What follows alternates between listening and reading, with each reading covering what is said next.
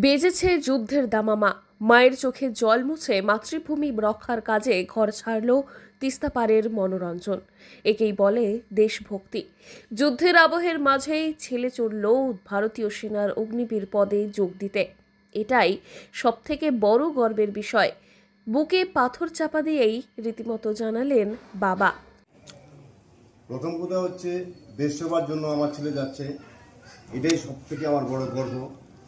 সে তো চাকরির ক্ষেত্রে যাচ্ছে না, মনে করো দেশ সেবার ক্ষেত্রে যাচ্ছে। তো এখানে আমি কি বলি, প্রথম কথাই হচ্ছে দেশের জন্য কিছু করুক, এটাই আমার প্রার্থনা ভগবানের কাছে।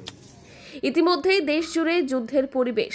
ঠিক সেই সময় জলপাইগুড়ি জেলার ময়নাগুড়ি থানা এলাকার পানবাড়ি অঞ্চলের তরুণ মনোরঞ্জন রায় সকাল হতেই মা বাবা সহ গোটা গ্রামের আশীর্বাদকে পাথেয় করে পাড়ি দিয়েছে ম্যাঙ্গালোরের উদ্দেশ্যে।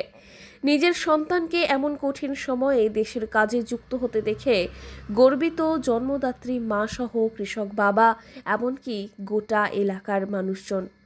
একদিকে ঘরের ছেলে রণভূমিতে যাচ্ছে মাতৃভূমিকে রক্ষা করতে। আমি অনেকটা খুশি আছি। ছোট থেকে স্বপ্ন ছিল আমার বাবার আর দাদা, ওটাও স্বপ্নটা আমি পূরণ করলাম।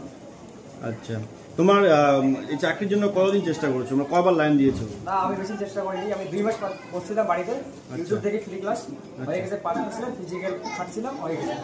ফিজিক্যাল জন্য বিষয়ে না, কোনো বাধা দেয়নি, কিছু হয়নি, কারণ ট্রেনিংয়ে এখন থাকবো, করবো, আমার দেশের জন্য কিছু করবো, এটাই চাই।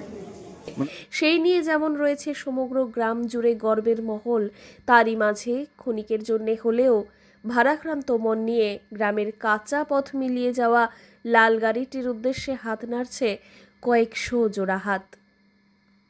মনোরঞ্জনের যাত্রা শুধু একজন তরুণের সেনাবাহিনীতে তাই যোগ দেওয়াই নয়, বরং একটি গোটা গ্রামের গর্ব, ভালোবাসা আর দেশভক্তির প্রতীক। জলপাইগুড়ি থেকে সুরজিৎ দে রিপোর্ট, লোকাল 18 বাংলা।